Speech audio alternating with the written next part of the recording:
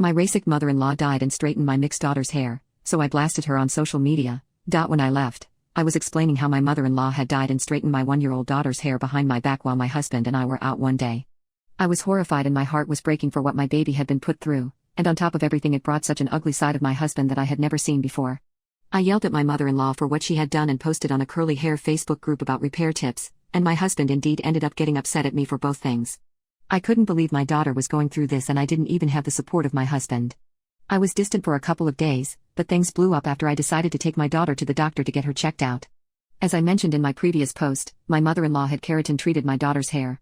From what I understood after researching it, it was a type of harsh chemical treatment to permanently straighten hair.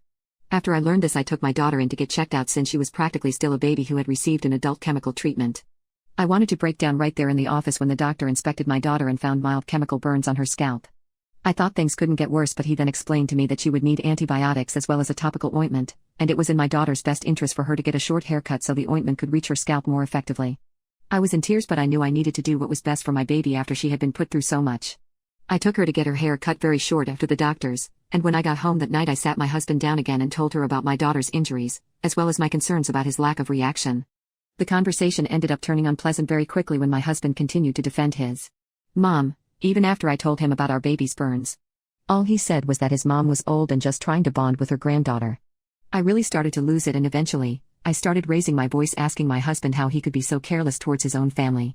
He threw it back in my face and said that I was being careless to his family. Then he accidentally let it slip that his mom had actually asked him about treating my daughter's hair before we left that day, and he neglected to tell me.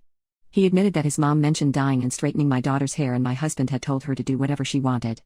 He yelled at me and asked me how the F was he supposed to know what the hell keratin was.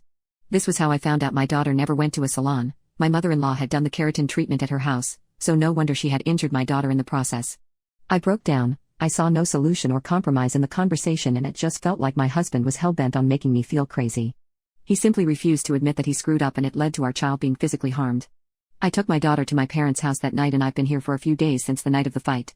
My husband has been texting me since I left. At first the messages were apologetic and he just kept pleading with me to come home. But then soon turned nasty and he kept accusing me of overreacting and acting out of line. He said I was the only one making issues and that my daughter's burns were already being treated and her hair was already gone, so there was no point in me still being angry.